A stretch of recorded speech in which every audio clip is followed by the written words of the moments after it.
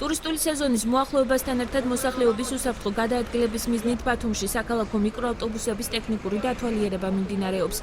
შეფასების კრიტერიუმების მიხედვით ხდება მიკროავტობუსების აღჭურვილობის, ძარის ვარგისიანობის, საღებავის საფარის მდგომარეობის, საბურავის ცვეთის, კარების, ფანჯრებისა და მინების მდგომარეობის შესწავლა. რაც მალე იქნება უკეთესია, რა თქმა უნდა, დაზღვეული იქნება მანქანა. ძირითადად რა კმაყოფილებს ეს ავტობუსი? რა თქმა უნდა, ხალხს მომსახურება უნდა იყოს, დათვალიერება უნდა იყოს მანქანის. ყოველ სამ თვეში ხო იყოს, კი შეიძლება. თუ არ იქნება არ გაგიშვას ვინმე, რომ ესე იგი ხალხთან მაქვს საქმე რა. ყველაფერი რაც შეიძლება დაწყებული ტორუმზიდან შუქებამდე და რა ვიცი ტეკლო, ყველაფერს აბსოლუტურად ისე ვინმე არ გაგიკეთებს. როგორც CPS აჭარ ტრანსრეგულირების წარმომადგენლებმა განაცხადეს, აღნიშნულ დათვალიერებას მათ დაქვემდებარებაში მყოფი 14 სამარშრუტო ხაზის მიკროავტობუსი გადის. ამ დროისათვის შემოწმება 250 მიკროავტობუსიდან 200-მა გაიარა.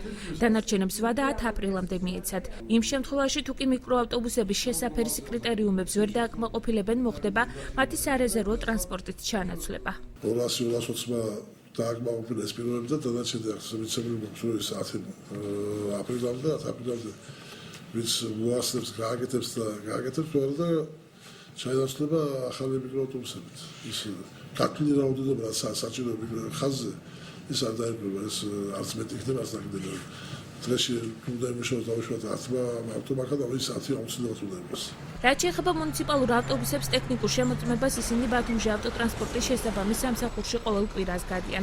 პრეტენზიას ეგრეთ წოდებულ ყვითელი ავტობუსების გამონებულთან დაკავშირებით ბათუმის ავტოტრანსპორტის ხელმძღვანელი უარყოფს და აცხადებს, რომ ამ მხრივ პრობლემა მხოლოდ რამდენიმე ავტობუსს გააჩნია და ისიც ხშირად მძღოლის დაუდევრობით. ჩვენ სისტემატურად ვატარებთ მონიტორინგს, ეხლა ჩავაბდოთ თუ ის ტექნიკური მიზეზითაა და ეს არის ძალიან მცირე, ხდება მისი შეცვლა იქ გარკვეული ნაწილების თუ არა და უმეტეს შემთხვევაში ზოგიერთი მძღოლის არაპროფესიონალიზმის ბრალია დროულად არ ხდება სიჩქარეში გადართვა და ის ადამიანები რომელიც დიზელიზრავიანი ავტომობილებს ფლობენ, კარგად ესმის რომ დიზელიზრავიანი ავტომობილი თუ დროზე არ გადართეს სიჩქარეში, ამ დროს ხდება მხოლოდ და მხოლოდ გამონაგვარების გამოყოფა. ასე რომ ჩვენი ავტობუსები მინდა დაგარწმუნდეთ და ყველგან შეგიძლია ნახოთ რომ არის ეკოლოგიურად სუფთა და გააჩნია აღჭურვილი არიან ევრო 2 და ევრო 3 ძრავები. აქვე უნდა აღინიშნოს ისიც, რომ მიმდინარეობს ბათუმის მუნიციპალური ტრანსპორტის საწვავის ნაცვლად აირზე გადაყვანის პროექტზე მუშაობაც.